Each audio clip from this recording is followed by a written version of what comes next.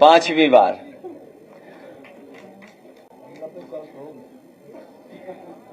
अभी 90 के नहीं हुए। नफीस से लेकर के संग्राम और हमारी पार्टी के, जिनके मैं नाम नहीं ले पा रहा हूं, सभी हमारी पार्टी के वरिष्ठ नेता, मैं सबसे पहले शाह आलम गुड्डू जी को बहुत बहुत धन्यवाद और बधाई देना चाहता हूं। मैं उनका स्वागत करता हूं। उनके साथ साथ उनके सभी सहयोगी साथी जो आज इस हॉल में हैं और लाखों संख्या में जो आ नहीं पाए हैं, जो पूरे प्रदेश में जगह जगह पर हैं, मैं उन सबको आज के दिन की बहुत बहुत मुबारकबाद देना चाहता हूं। मुझे याद है 2022 के चुनाव से पहले गुड्डू जमाली साहब हमारे पास आए थे। किन्हीं परिस्थितियों, किसी कारण हम लोगों का साथ नहीं हो पाया, लेकिन आज जब हम लोग 2024 में भविष्य की लड़ाई लड़ने जा रहे हैं, वो आए नहीं हैं, मैंने उन्हें अपने पास बुलाने का काम किया है। मैं अपनी तरफ से और पार्टी की तरफ से पूरा भरोसा दिलाता हूं, जिस जिम्मेदारी के साथ आप दूसरे दल में थे, जिस तरीके से आपने कभी पीछे मुड़ करके नहीं देखा, इस पार्टी में भी आपको रह करके आपको अपने घर जैसा लगेगा।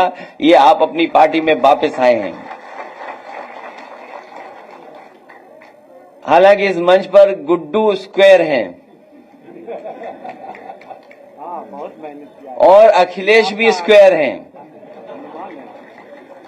गुड्डू भी स्क्वायर है और अखिलेश भी स्क्वायर हैं, और हमारे साथ बलराम जी भी हैं, दुर्गा जी भी हैं। ये तो भगवानों के नाम है। कौन नहीं है? मैं देख रहा था कि सबके नाम में भगवान।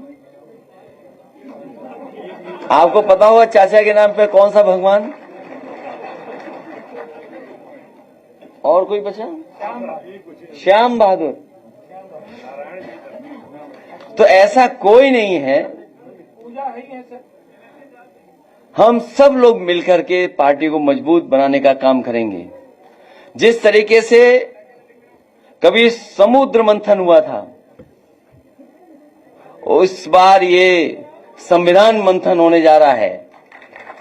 एक तरफ तो वो लोग हैं जो संविधान को बचाना चाहते हैं, संविधान की रक्षा करना चाहते हैं, संविधान के रक्षक होंगे, और दूसरी तरफ वो लोग हैं जो संविधान की धज्जियां उड़ाना चाहते हैं।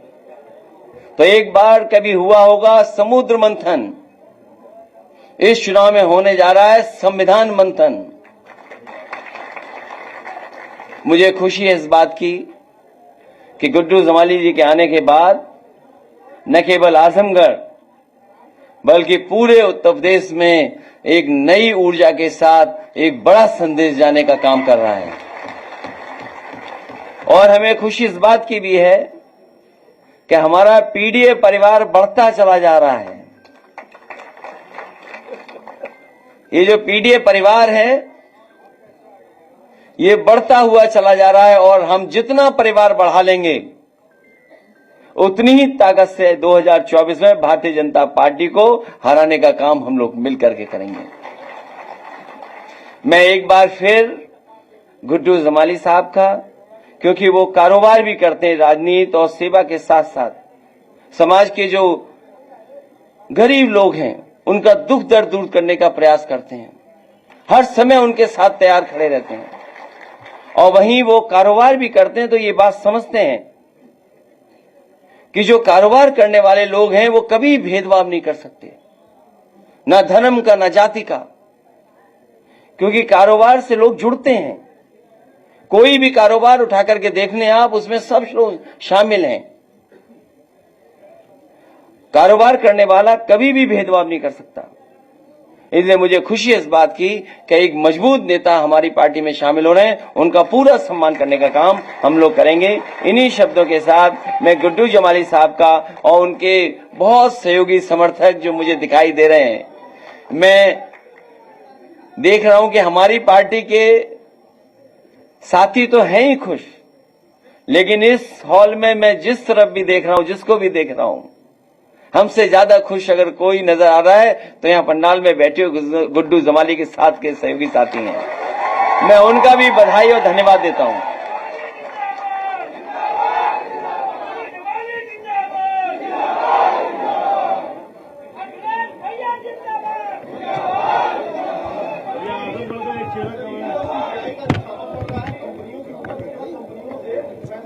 किसका? मैं रामलीला सुमन जी का बहुत बहुत स्वागत करता हूं, नए हमारे राज्यसभा सांसद। आइए बताइए।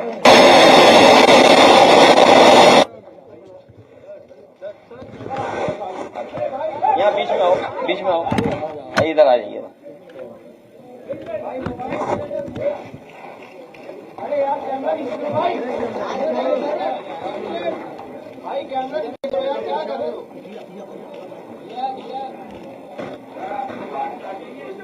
चलिए बेटा, एक कुर्सी बना देना, एक कुर्सी बना देना। बैठा बैठा, संग्राम बैठा लो, आपको बैठा लो, इधर ही बैठा लो।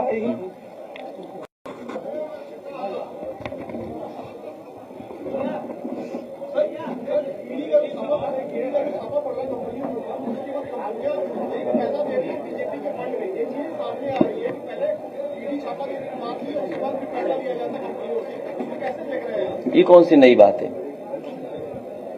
ये कौन सी नई बात बता रहे हो आप?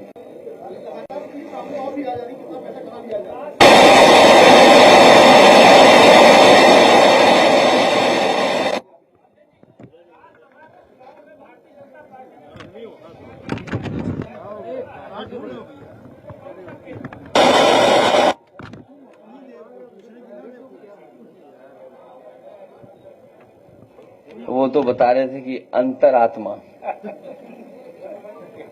अंतरात्मा से वोट दिया है।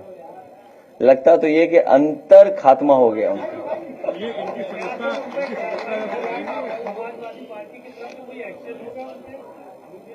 जो लेट डाउन नियम है उनके तहत कार्रवाई होगी। और सबसे बड़ी बात तो यह है कि जिस वोट से वो जीत करके आए हैं उसको कैसे फेस करेंगे आप? आप बीजेपी से लड़कर के आए, बीजेपी से मुकाबला कर करके आए, तो जिस वोट ने आपको जिता करके भेजा है, अब आपकी अंतरात्मा उन वोटर्स के लिए क्या कहेगी? जो सामने आपके खड़े होंगे वोटर्स, उनका जवाब क्या देंगे? और हमें तो याद है कि बहुत बड़े पैमाने पे सूचना बीजेपी की और आरएसएस क्या कर रही वो हमें देते थे। हमें तो दुख इस बात का है, जानकारी हमें कौन देगा? हमारे पीछे जो बैठते थे वो बीजेपी और आरएसएस की हमें सूचना देते थे कि अब हमें कौन देगा वो सूचना।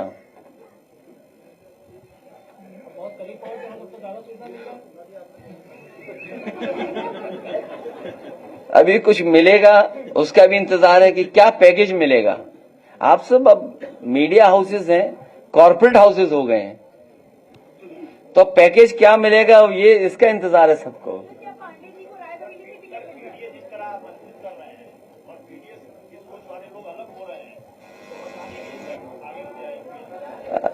पीडीए परिवार बढ़ता चला जा रहा है, उसी की घबराहट है बीजेपी के अंदर। आप सोचिए, सुल्तानपुर में एक डॉक्टर की हत्या हुई थी और किस तरीके से हत्या हुई थी उसकी, कोई कल्पना नहीं कर सकता कि डॉक्टर की ऐसी हत्या हुई होगी। गोरखपुर में एक इनकाउंटर हुआ था, उसको लेकर के क्या क्या बातें हुई थी।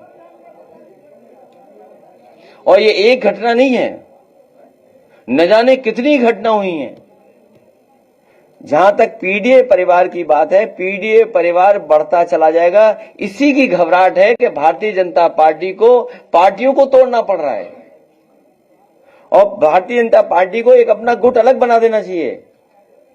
भाजपा सिद्धांतहीन, भाजपा को अपना एक अलग दल, सहयोगी दल या गुट बनाकर के तैयार करना चाहिए कि जो भाजपा सिद्धांतहीन है उनको लेंगे, उसमें शामिल करें सब लोगों को।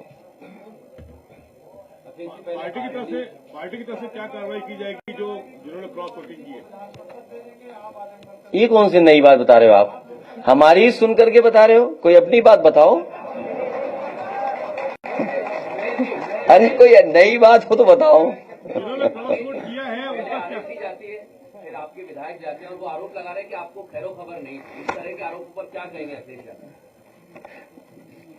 जाने वाले को कोई नहीं रोक सकता। और आपको तो ये सवाल मुझसे नहीं पूछना चाहिए, ये सवाल भारतीय जनता पार्टी से पूछना चाहिए, जो मर्यादा पुरुषोत्तम राम से क्या सीख रहे हैं। उनकी मर्यादा कहां है? आपको मंत्री बनाएंगे, आपको कुछ और बढ़ा दे देंगे। अभी एक पत्रकार साथी कह रहे थे किसी को लोकसभा दे देंगे। तो अभी तो वादे किए हैं, वादे कब पूरे होंगे? और जब वादे पूरे नहीं होंगे तो बीजेपी कैसे रोक पाएगी उन सबको? लेकिन अभी आपने कोई कार्रवाई नहीं की है, अभी तो वो सभा के जो नियम है उसके तहत कार्रवाई होगी।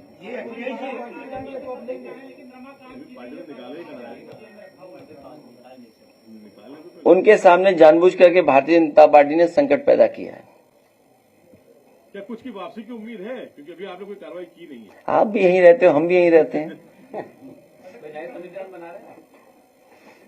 और सुभाषपा के दो लोग इधर आ गए, क्या पार्टी ज्वाइन कराएंगे? नहीं, सवाल ये नहीं है। सवाल आप लोग पत्रकार साथियों, क्या पैकेज, जैसा दाना वैसा गाना।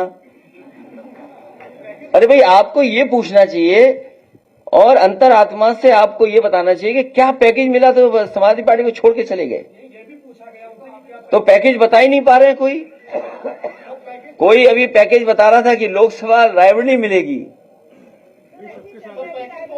तो अभी नहीं, अभी जब चुनाव हो जाएगा उस समय पता लगेगा कि किसको पैकेज मिला है कि कोई खाली हाथ लौटा है।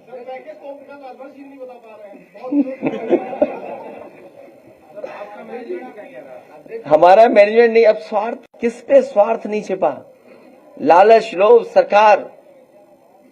सरकार का दबाव कितना है सोचिए आप।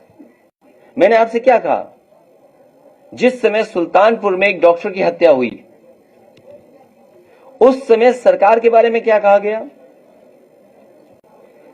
गोरखपुर में एक इनकाउंटर हुआ, उस समय सरकार के बारे में क्या बोला जा रहा था? एक मां बेटी जिंदा जला दी गई, मां बेटी को जिंदा जला दिया गया बुलडोजर चला करके। तब इनकी अंतरात्मा कहां थी? तब अंतरात्मा हमारे साथ थी। ये मैनेजमेंट नहीं, मैनेजमेंट से ऊपर वाला काम हुआ है। लेकिन तोड़फोड़ तो आपने भी कर दी सामने भाजपा में।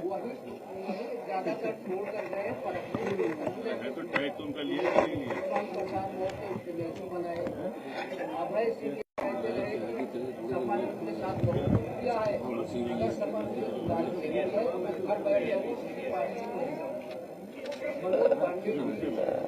आपको कुछ एजेंसीज के बारे में पता होगा। एसटीएफ एक एजेंसी है। कहीं असला पकड़ा गया था, कुछ एड्रेस कहां का था। तो कुछ लोग जान बचाने के लिए और कुछ लोग दबाव में और कुछ लोग सम्मान पाने के लिए गए हैं। हमें उम्मीद है उन्हें सम्मान जल्दी मिलेगा।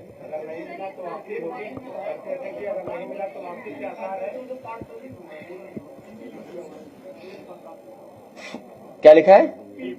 तो उन्होंने लिखा हुआ पार्शियल पेमेंट। मतलब पार्शियल पेमेंट हुआ है, इसलिए मैं पीपी लिख के जा रहा हूं। एफपी नहीं लिखा उन्होंने, फुल पेमेंट। जो नियम है उसके तहत कार्रवाई। आप भी समझते नियम क्या है। भाई स्पीकर अगर चाहेगा तो कार्रवाई होगी, स्पीकर नहीं चाहेगा तो नहीं कार्रवाई होगी। लेकिन पार्टी की तरफ से भी कोई कार्रवाई नहीं की गई। अभी तो जनता कार्रवाई करेगी जब जनता के बीच में ही जाएंगे। आप ये चाहते हो कि हम आजाद कर दें उन्हें? अरे हम लोग, आप लोग चाहते हो हम लोग आजाद कर दें उनको? जो नियम है उसके तहत कार्रवाई होगी, और आपको भी नियम की सीमा पता है। अगर स्पीकर चाहेंगे तो कार्रवाई हो जाएगी।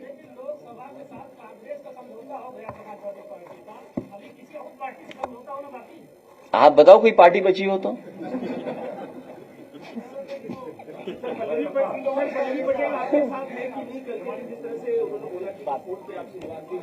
कोई विवाद नहीं हुआ। देखिए ऐसा है, कोई विवाद नहीं हुआ। हमने कहा कि सब अंतरात्मा से आप वोट दे दिए। अगर आपकी अंतरात्मा बीजेपी को कहती है बीजेपी को वोट दीजिए, अगर अंतरात्मा कहती है सपा को वोट दीजिए सपा को वोट दीजिए। अब दूसरों से पूछना पड़ेगा वो हमारे साथ है कि नहीं है। बसपा से आपके साथ में आने वाले चुनाव को लेकर क्या बसपा से भी कहीं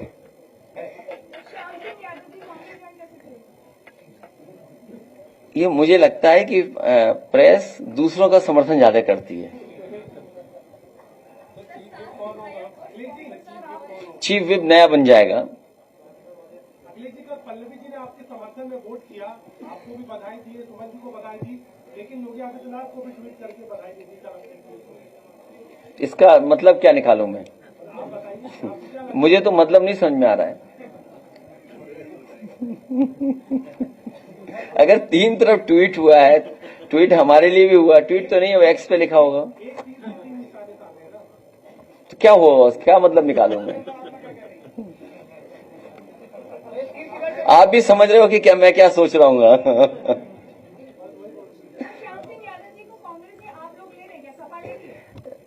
अभी आपने कहा कि वो कांग्रेस में जाना चाहते हैं। अगर कांग्रेस में जाना चाहते तो अच्छी बात है।